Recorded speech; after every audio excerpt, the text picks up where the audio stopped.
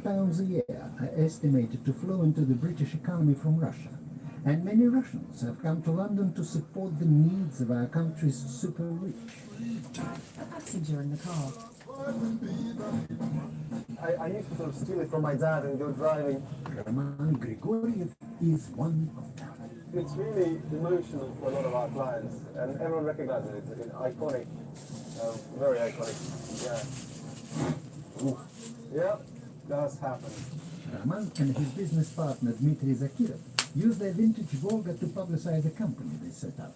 We're a company called Longrat, and we help predominantly Russian-speaking clients find residential, commercial investment properties in London. So initially it started mostly for Russians buying flats and houses in prime central London. Then they branched out more into the countryside, bought bigger estates. Especially in the last 2 years, the number of clients increased dramatically. Partially probably due to sanctions and the economic recession that's taking place in Russia. So clients are looking to take, not just to take money if they've got their capital, but actually earn some additional revenues here in London. And I think 40%. This is Kronenburg, about 5 million have been bought by Russians. 1664. Now, I forgot what this tastes like, but I used to sell this when I was about 23 years old, 24. And my uncle had a warehouse, and he used to get crates of beer from breweries when it was close to date, like 3 months, and it was close to date. They were never going to sell it with due date, so my uncle got it cheap. I got it cheap, and then I gave it to my friends and customers cheap. But this is Kronenburg 1664. This was the first one. First time I sold anything. It's very, very cheap. I think it's quite. Oh, it used to be strong, I think. Oh, Blanco. It might be a different one. This one. Okay. I think it was a strong beer at that time, the original one. But let's see what this says. 5%. So it's stronger than an English beer, because this is a real 5%. Well, I'm assuming it's a real 5%. And like I say, that's good. That's nice. And it's got a perfume to it. Unless I don't fucking wash glass properly.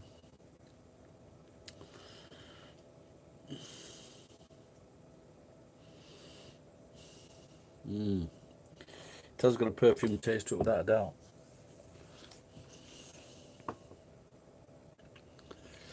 Now, the other day I got a comment on my video, and it was from this cunt. He says, "Oh, Will N.E. mentioned you in his video." Will N.E. is a big YouTuber in England. He's not as good as Callum's Corner, as far as I'm concerned. He's a bit fucking irritating, but he did a video on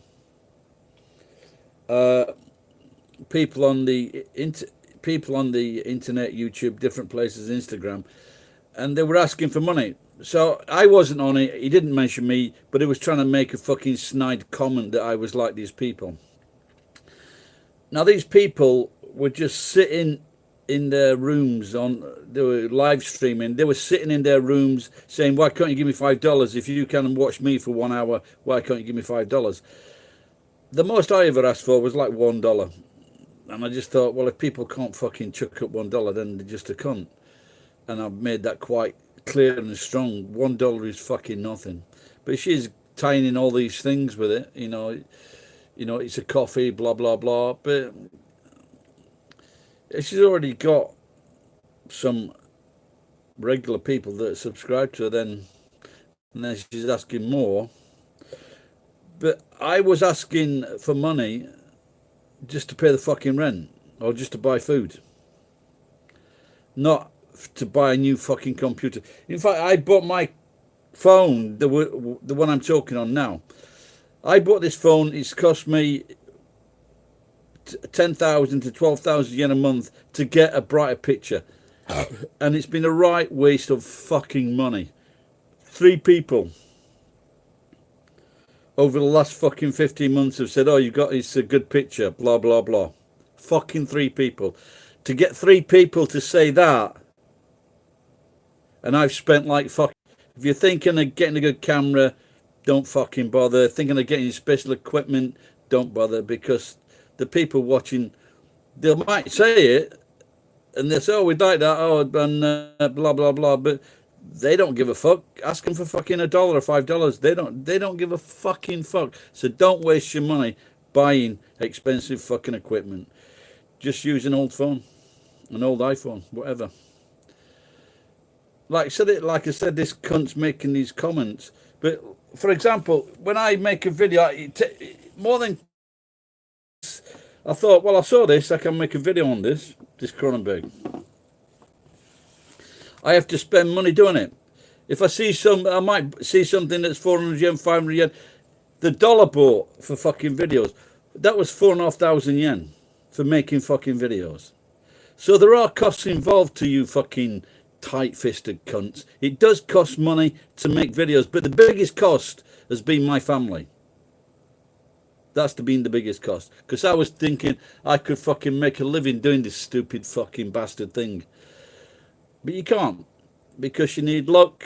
There was a woman the other day, not particularly attractive woman, but a nice woman, and she was talking about how she made like 1 million people happy.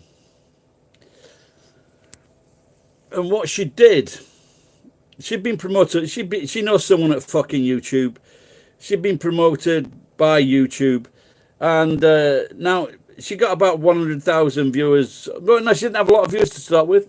Now she's got 1.3 million viewers. And she said she was going to be nice to people. And this is what this woman was doing.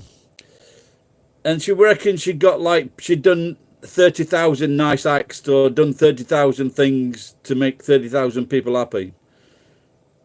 So she went to an advertising agency to ask how much it would cost to put up a big billboard saying thank you from her to her subscribers.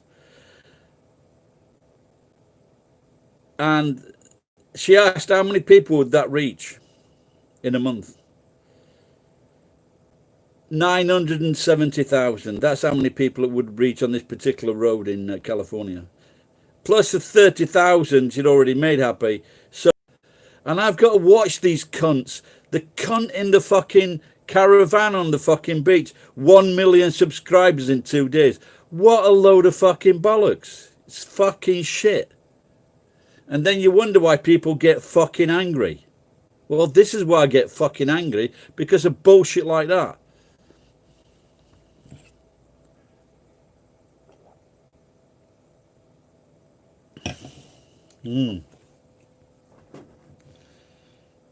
I am making an omelette. Looks fucking shit. There you go. That's the third. I wonder whether I should make a Spanish omelette. Omelette.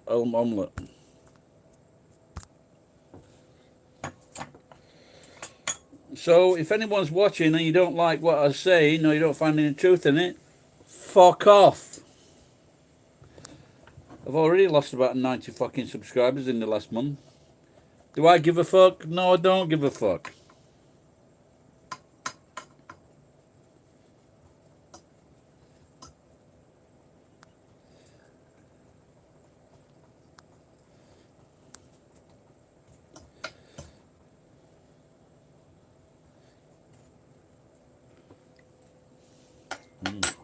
I need some pepper.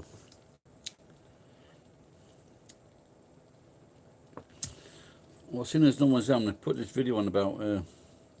Clients find residential, commercial... I wonder if this gets... Say... so initially it started mostly for Russians buying flat and houses. I wonder if this gets pinged by the software. His wealth is estimated in the... Driving past high-end jewellers and boutiques emblazoned with designer labels. Oops, there's it. And then property. And if you go just straight there, you've got Chichwakin's shop. You probably met Evgeny Chichwakin. Yevgeny Chichwakin owns Hedins, a luxury wine retailer in the heart of Mayfair. He Edinburgh made his Wines. fortune as a mobile phone tycoon in post-communist Russia.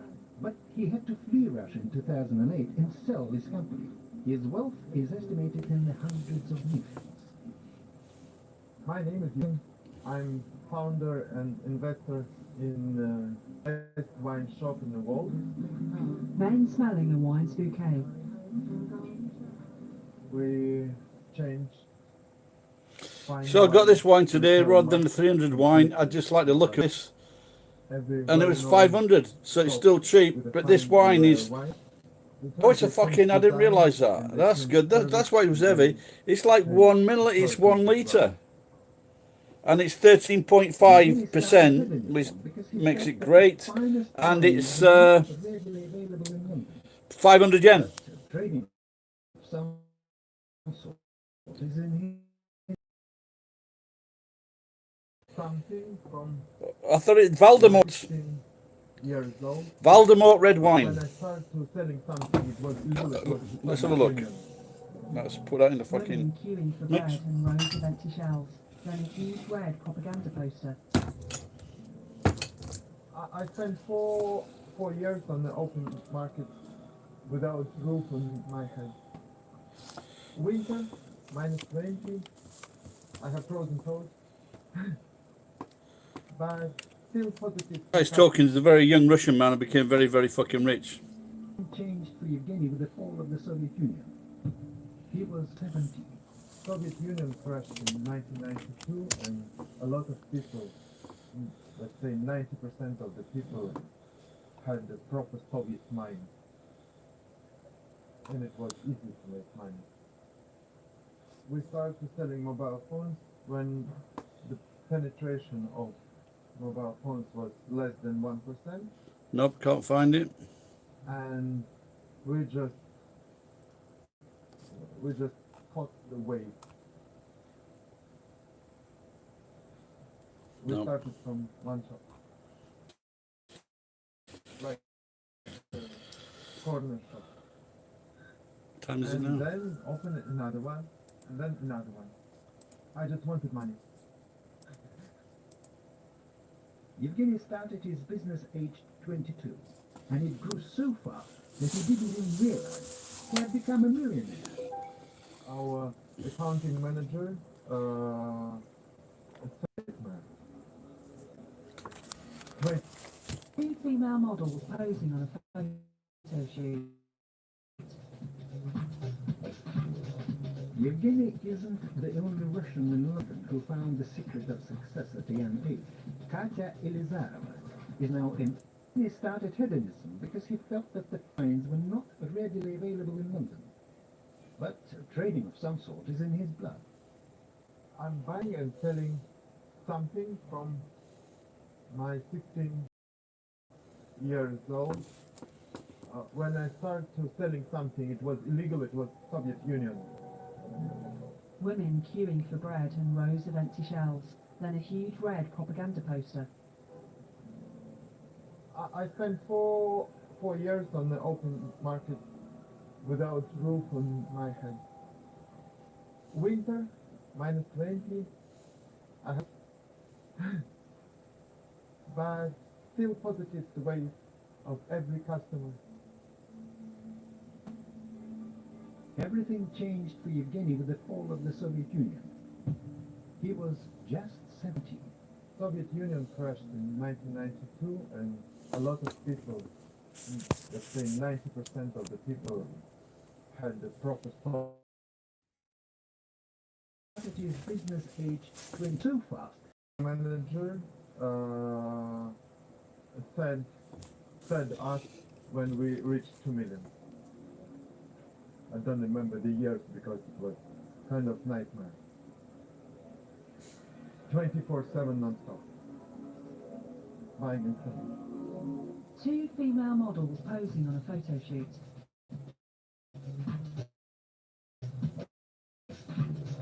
Yevgeny isn't the only Russian in London who found the secret of success at a young age.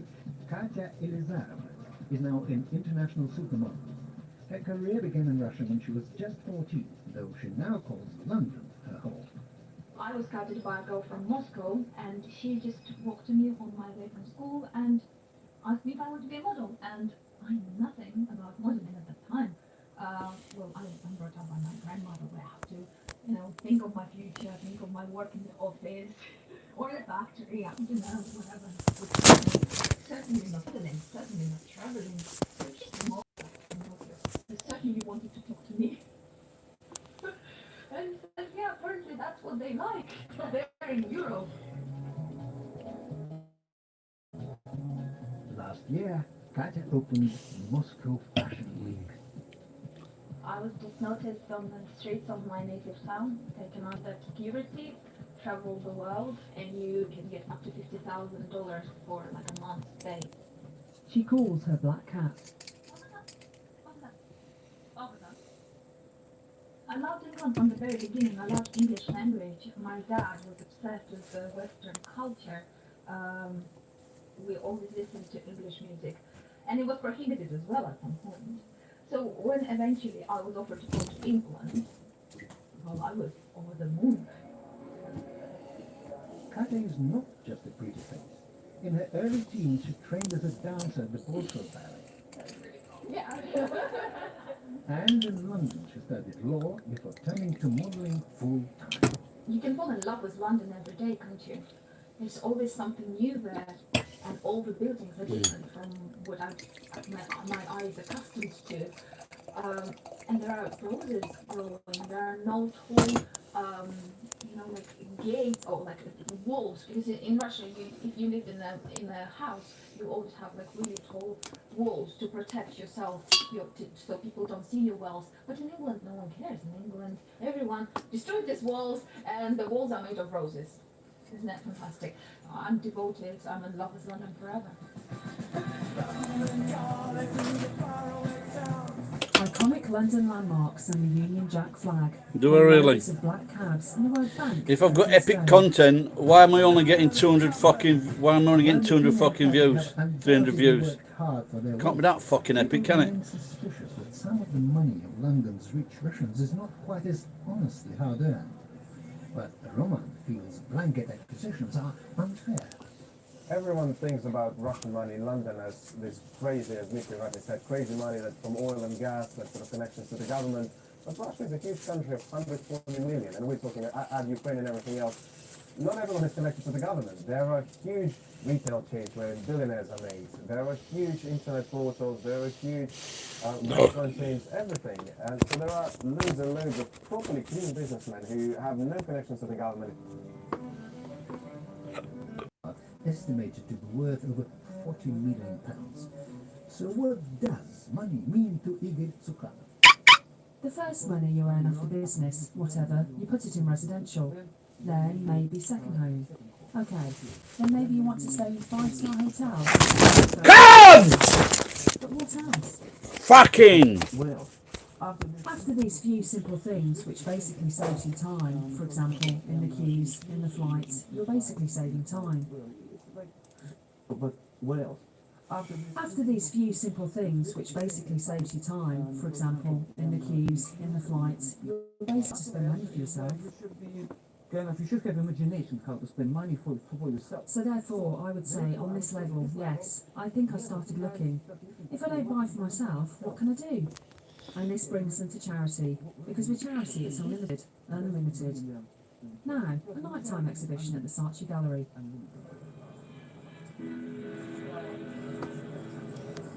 Igor Tsukhanov's family charity gives educational scholarships and promotes Russian culture and art around the world. Tonight, Igor has brought an exhibition of world art to the Saatchi Gallery. I started doing my art activities, a kind of art promotion in the global art scene, and major exhibitions including the one post-pop, East. So when we went to them, that's how we met. I always knew that I had the Russian heritage. I was always very excited by and intrigued by my Russian grandfather. So yes, I always knew it. And suppose you could say the great adventure of my life was rediscovering the Russian connection. 100,000 stock. We have two big dates twice a year, two auctions. So we work for 6 months. Knock that We over. don't have number day, so the fate is always decided within a few hours. Over the years, Igor Tsukhanov has spent a great deal of money here. It's like a theater and gambling at the same time, and it's all big money, so people get very, very excited. Well, there should be enough in England. 220, 230, 240, 250, 250, 260. Where are you from? Rubbing shoulders with collectors who spend Tell me about my epic content. Which is my epic content? Tell me. Tell me 5 videos. wealth affects character. Money is basically energy, and a lot of money is a lot of energy, and not every person can handle a lot of money. So I think that, if we're talking, couple of million, it's not wealth. It's kind of still not something that changes your personality. But if you About perception, because anything above 50 million or 60 or 100 million, it's much. So really, it's nothing about the numbers. The numbers mean nothing. To be a wealthy man, To be a wealthy man is a man who can afford to spend lots of money on charity. This, for me, is the definition I like. So the rest is not important, because the cost for living, it's pretty minimal for anyone. It doesn't matter. for Russian Ball, one of the highlights of the social calendar for London's Russians. The ball echoes back to pre-communist Russia, when debutantes were presented at the court of the Tsar, hoping to make an impression with their faultless footwork. Very big step, smaller. 1, 2, 3. Yeah. 1. No, it's the left. We go with the right. The pressure to impress and be noticed on the night is fierce, and for a modern generation of Russians more familiar with twerking than Tchaikovsky, special rehearsals are essential. Tatiana Chernyshova, cellist and debutante. 1, 2, 3. 1, 2, 3. When I first heard about the ball, I was slightly skeptical, because I couldn't imagine myself wearing a white dress, wearing a tiara, and dancing waltz. Tatiana is one of the debutantes. She moved to London 3 years ago, leaving her parents behind in Moscow to pursue a career in music. I am a very traditional girl in a way, because I play the cello. And this is a very, doing classical music also is a very traditional thing.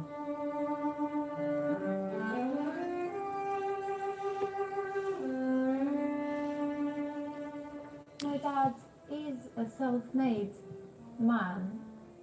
We lived in one room in a communal flat in Moscow, and that's how it started. I never took it for granted. Coming from a wealthy family gives me this opportunity to really explore the music world without having to worry about earning my living from day to day. There is much more to being a musician than just making music for fun. If you experience this moment of connection with something greater within yourself, that's the moment when you want to have more of that.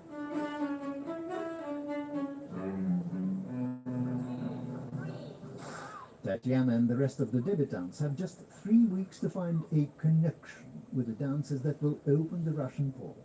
But some are finding it more challenging than others. Dancers I think I'm gonna at different times. finish Tatiana this. doubles over Fuck in off. doubles.